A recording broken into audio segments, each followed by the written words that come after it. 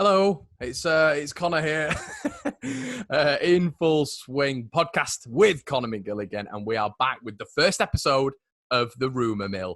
And the Rumour Mill is a new series I'm going to be starting focusing on this club here, and we're going to be talking all the transfers this window and keeping you completely up to date with everything that goes on with Leeds United. We've done a podcast with a lot of lads who are associated with Leeds United, go watch them home and away, etc., etc. LUFC Lewis Brownie and Ryan Wilson. We spoke about everything Leeds, the promotion, what we're expecting in the Premier League. So please do go check that out. It seems to be well received by you guys. And as well, I did a podcast with Benjamin Blue, Mr. Championship, yesterday. And it went down really well. A really good chat with me and Benjamin. And go check that out if you haven't. It's available on Spotify, Apple. And of course, if you like the visual aspect of all these videos, which is I personally do. I personally like the visuals. It is all available on YouTube as well to watch. So the Rumour Mill, episode 1. And the big one that's come to the fore, of course, after Edison Cavani, Thiago Almada. We've got these links, obviously, Gelhard down at Wigan. We've got these links, but nothing's moved really. Now, Jonathan David, or David, if you want to pronounce it that way, at Genk, the Canadian. A little question as well. Have Leeds ever had a Canadian player? I'm not sure we have. I can't think of one anyway. Put it in the comment section below if we have had a Canadian player, but he has been linked with Leeds United today. Some key journalists coming out over in Belgium and basically solidifying the rumours that Leeds are after not only a striker, but after Jonathan David. So, yeah, huge on the transfer front there. A massive fee. A lot of fans talking about how much Leeds are going to be spending. You know, we look at Sheffield United, didn't spend that much, but spent in key areas, getting the cream of the crop from the Championship with a couple of experienced heads from the Premier League and Lys Mousset. But, you know, we're trying to get that differential between them and, let's say, an Aston Villa who spent obviously a little bit more money, but obviously not going as far down as Norwich. So Leeds are trying to get that key grounding where we can get brilliant players in, but get them for a good value. Obviously, the players that have been linked with so far, Ben White, you're looking at about 30, 35 million. Ben Rama, if, you know, Brentford don't go up, that's going to be 35 million minimum. And Buendia, 30, 35 million minimum. So all these players are available, but, you know, we all know money talks, but how much money do Leeds United have? I personally think we're going to be spending 70, 80 million because I think we're going to have to. But a lot of people talk about spending all that money and how that's a bad thing. That's a really good thing if you know where to spend it. If you're recruiting in the right ways, we've seen with Wolves in previous seasons, when you get to the top division and you bring in players like Jimenez in replacement of Bonatini, which has worked really, really well. I think if you recruit in good areas, then the transfer fees really don't matter. And we're talking on the podcast the other day as well about the 5 substitutes. Now, Leeds need to bolster that up. I'm not 100% sure we can go into the Premier League. And if every other club, you know, you've got a Chelsea, a Man United, even like Crystal Palace or a Burnley, who've got 5 substitutes on the bench, Leeds, for me, can't really be having Robbie Gotts on the bench and Leif Davis on the bench. We've got to have real quality coming off that bench. So it's another way where Leeds are probably going to have to spend upwards of 70, 75, 80 million. And with the Adidas deal, potential backers, you can really see that happening with this club. And it's been a 16-year wait, and we're now back in the Premier League. I think we're going to give it a real good go, as opposed to maybe other clubs who've only been out of the Premier League for 2 or 3 years or 1 or 2 years. And some would coin the phrase yo-yo club, but Leeds have been out for so long now. We've got decent backing. We've got a cracking sponsor. So you would expect us to go for players like Jonathan David. And the big news coming out this morning, which I think is absolutely critical, is Lille have had their bid rejected of 24 million. And the Genk chairman has actually come out and said Leeds are one of the front runners for David's signature, which is huge. Someone within the club actually coming out and saying that is absolutely massive. And there's a little bit of a spiral as well. You know, there's a lot of rumour about Rangers coming in for Kemar Roof as well, because Alfredo Morelos has actually apparently agreed a contract with Lille, which essentially means they've moved on from David, which would say that Leeds potentially have outpriced them.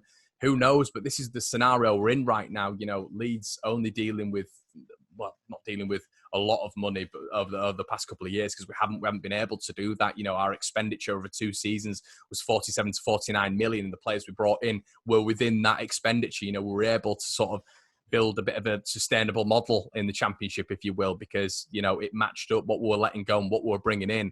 But now it looks like we don't have to do that. We don't have to work within the tight constraints of the EFL, and we can spend a bit of money, which I think we are going to do this year. We are going to see this year, and hopefully it'll be massively profitable, not only financially for Leeds United, but obviously on the pitch. I think naturally we're all a little bit nervous because of what sent us down to the doldrums, down to the second division and the third division, all that money that was spent. But at the same time, you look at who we had in charge of the club at that moment in time, you know, obviously Ridsdale, then you're having Krasner, GFH, all the lot, Ken Bates. Now we've got a real owner who's got us up there. He's got real pedigree, and hopefully, touch wood, we saw this morning from a couple of key journalists as well, that Bielsa is looking to sign a new one-year deal. It's obviously always going to be a rolling contract with Bielsa because he sort of works like that. But listen, that's one of the most important transfers for this club. So let's get that underway. Let's get that signed. And Leeds wouldn't be going after players like David. Leeds wouldn't be looking at players like Thiago Almada, apparently, if we are, if Bielsa wasn't signing. So I think that's a positive way of looking at it. I think there wouldn't be any rumours if Leeds were in the top flight and Bielsa was looking at going. And I think it would have come out by now if he was thinking about leaving as well. As Phil Hay said, he's fallen in love with the club. So that's all positive. But yeah, Jonathan David is the big one. Obviously, I've said 27 apps in I believe it's called the Jupiter League in Belgium. 27 caps, 18 goals. He's only a youngster, Canadian, as I said. So a real positive for Leeds United. I think being linked with these top players is something that, you know, you want it to happen when you're in the top leagues. His goal ratio is very good. It is a very good goal ratio. So I think we're all going to be excited by this. We'll have to wait and see. But so far, there's a lot of credible journalists who are coming out and saying that Jonathan David could be one of Leeds' marquee signings. You know, is he going to be the one that is revealed with the whole Adidas sponsorship? Obviously, Leeds are delaying that a little bit, so we don't really know what's going on there. But I'm interested to hear your guys' thoughts on this. Do you think someone like Jonathan David is someone, or David, sorry, I need to get the pronunciation right, is someone who we should be going for? I think it's a good signing. I've seen a lot of sort of clips on him as well. He looks like he applies the high press well. I did have a look at his stature, and he does seem to be a little bit on the hefty side, not for a normal footballer, but for a Bielsa footballer. So whether or not in the 6-week period, Leeds are going to be able to start sort of trim him down, I would say he wouldn't be starting on the first day of the season because of Patrick Bamford.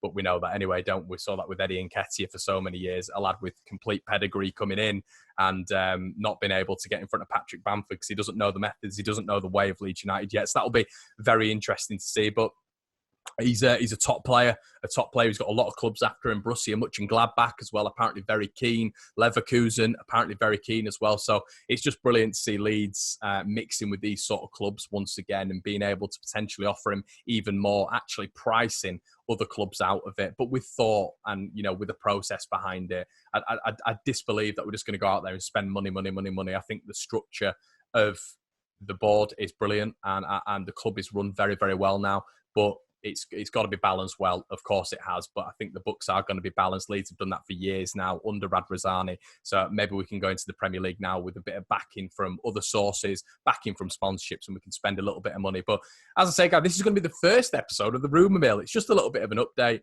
The In Full Swing channel with Conor McGilligan, I'm trying to absolutely lift off. We're going to be bringing you loads of Leeds United content. I've got loads of ideas. We've got loads of guests coming on as well this week. Not only just in general, but this week as well, updating us on what we can expect in the Premier League, other channels, and more Leeds United content as well. So look out for Rumour Mill episode 2, which will be underway as soon as we make any movements. But Jonathan David is the first one that looks like it's really got legs. So make sure you comment, like, and subscribe, guys. Please subscribe to the channel as well. We're on about 466 right now, which is amazing. The reason it's amazing is because, you know, not long ago, I think like a week ago, we're on 400. So the fact we're on 465, it's brilliant. Thank you for your support. Please put your comments in the section below. Would you want Thiago Almada? I mean, he's been spoken about. I cannot believe we're still in for him. He's actually said he wants to play under Bielsa as well, which is incredible. So we'll see how that develops. I mean, he's a wonderful footballer. Who would you get in? You know, that's what I want to know with the Rumour Mill as well. Who would you get in and why? Where would it fit in the squad?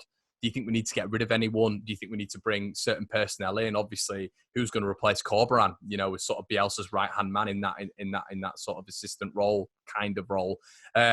Let me know what you think in the comment section below, guys, and we'll be out with the Rumour Mill episode 2 very soon. Look out for the Niall Farrell boxing episode as well, which will be out on Tuesday. I'm getting that edited up today. And also, we've got a special guest on the podcast on Wednesday. Keep it locked into the Info Podcast with Conor McGilligan, and I'll see you in a bit.